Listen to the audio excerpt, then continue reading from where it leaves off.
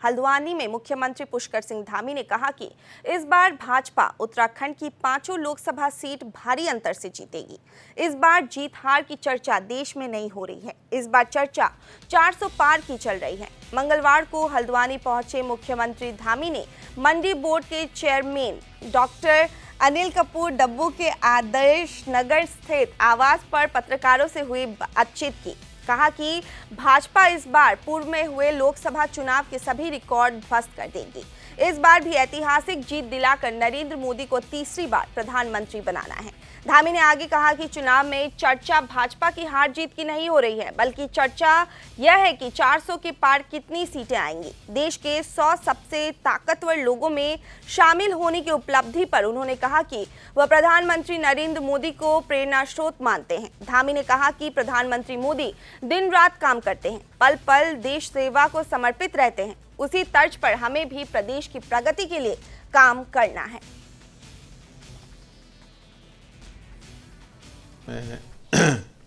सबसे पहले तो उत्तराखंड की देवतुल्य जनता का आभार व्यक्त करता हूं, उनको प्रणाम करता हूं, नमन करता हूं कि उन्होंने 2022 के आम चुनाव में हमारे आदरणीय प्रधानमंत्री नरेंद्र मोदी जी के नेतृत्व और मार्गदर्शन में उत्तराखंड के अंदर एक परिपाटी जो चलती थी, एक मिथक था कि हर चुनाव में सरकार बदल जाती है।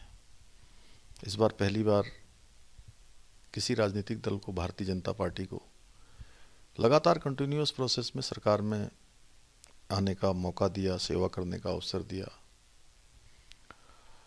और एक इतिहास बना दिया।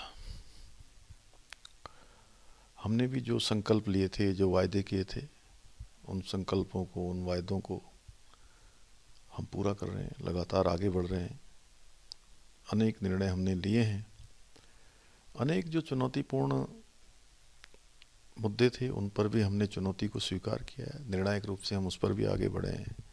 समान नागरिक संहिता हमारा संकल्प था, उत्तराखंड की जनता ने हमें उसमें मैंडेट दिया था, हमने वो विधेयक बना दिया। राष्ट्रपति महोदया ने भी उस पर अपनी स्वीकृति हमको दे दी है। नकल के लिए हम कड़ा कानून लेकर आए, नकल यहाँ रुक गई।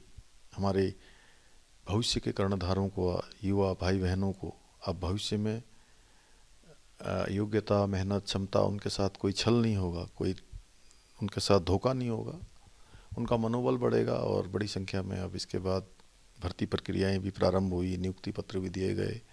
और इन 2 सालों में पिछले 22 सालों के लगभग नियुक्तियां दी गई। जो कैलेंडर जारी हुआ अधीनस्थ सेवा चयन आयोग का हो या लोक सेवा आयोग का हो, लगातार भर्ती